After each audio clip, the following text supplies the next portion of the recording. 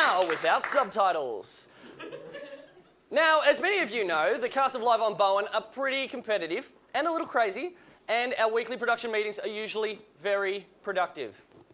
But after a recent Mario Kart marathon between the four of us, things seemed to get a little out of hand. Check out what went down.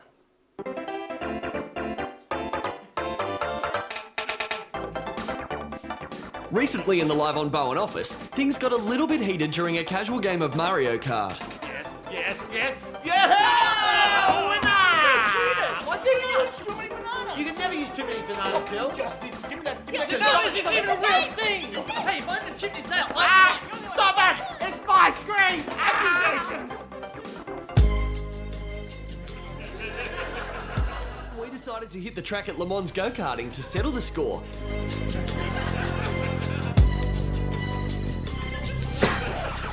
Hey, check, guys.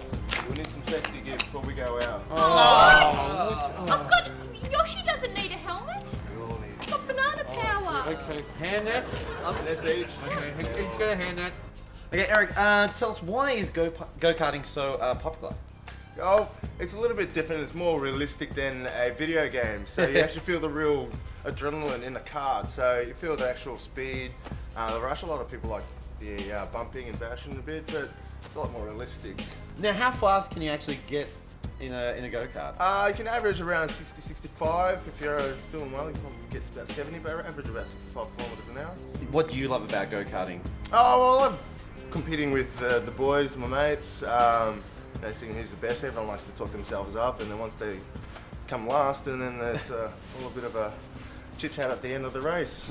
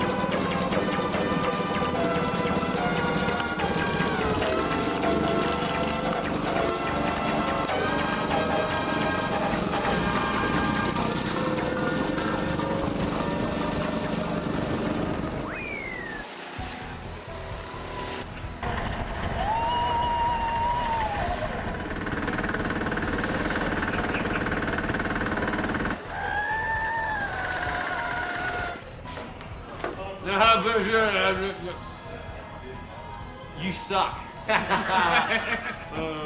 Hey, Dill, you look absolutely ridiculous.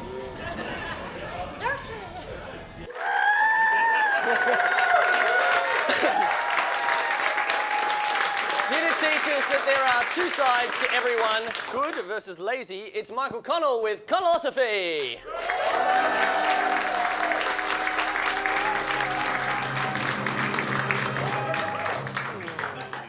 Thank you, Aaron.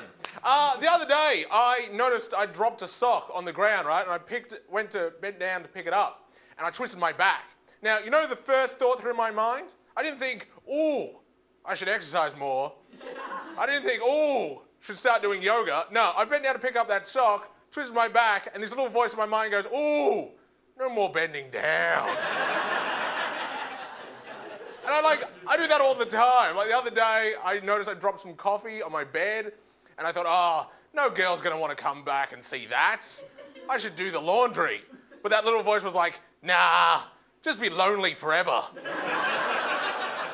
Problem solved. I really hope I don't drop my keys, because then I'll be homeless.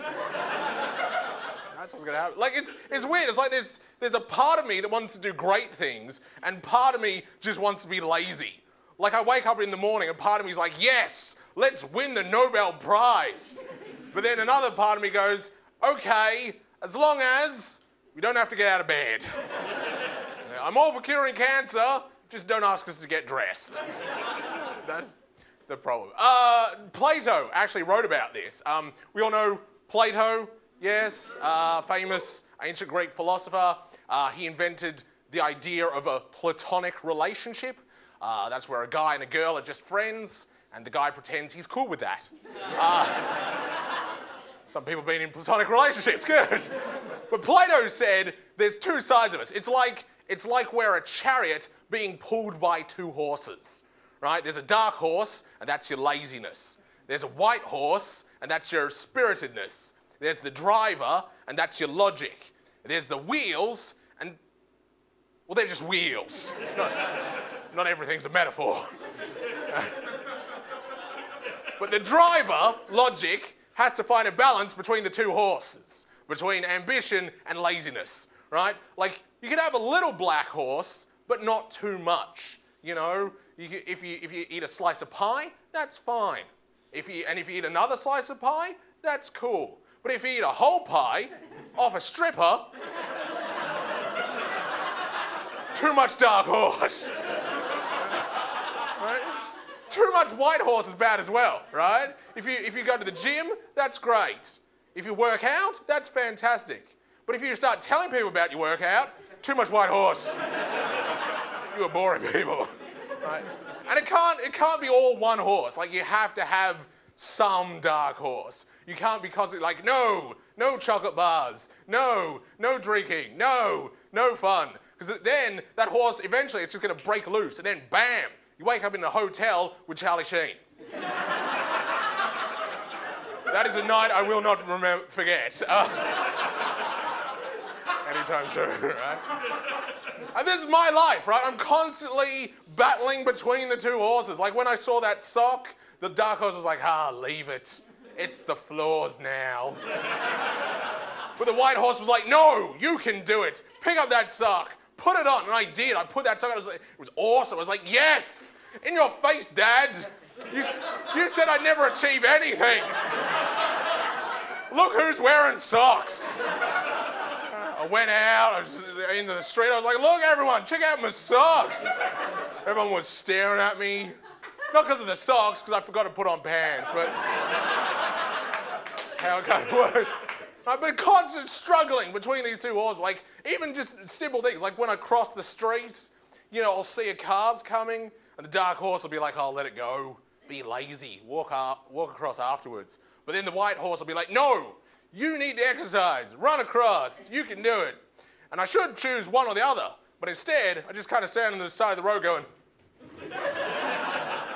till the car slows down, then I run out in front of it. He's all like, meep, meep, you idiot! What are you doing? I'm like, I'm sorry! Man is a dichotomy! I'm being pulled apart by two horses! I got a lot of weird looks. Back to you, Aaron.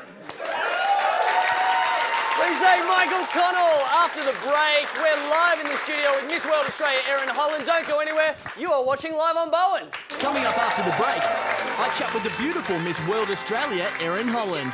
Plus stand-up laughs from Tony Besselink and tunes from July days. You're watching Live on Bowen.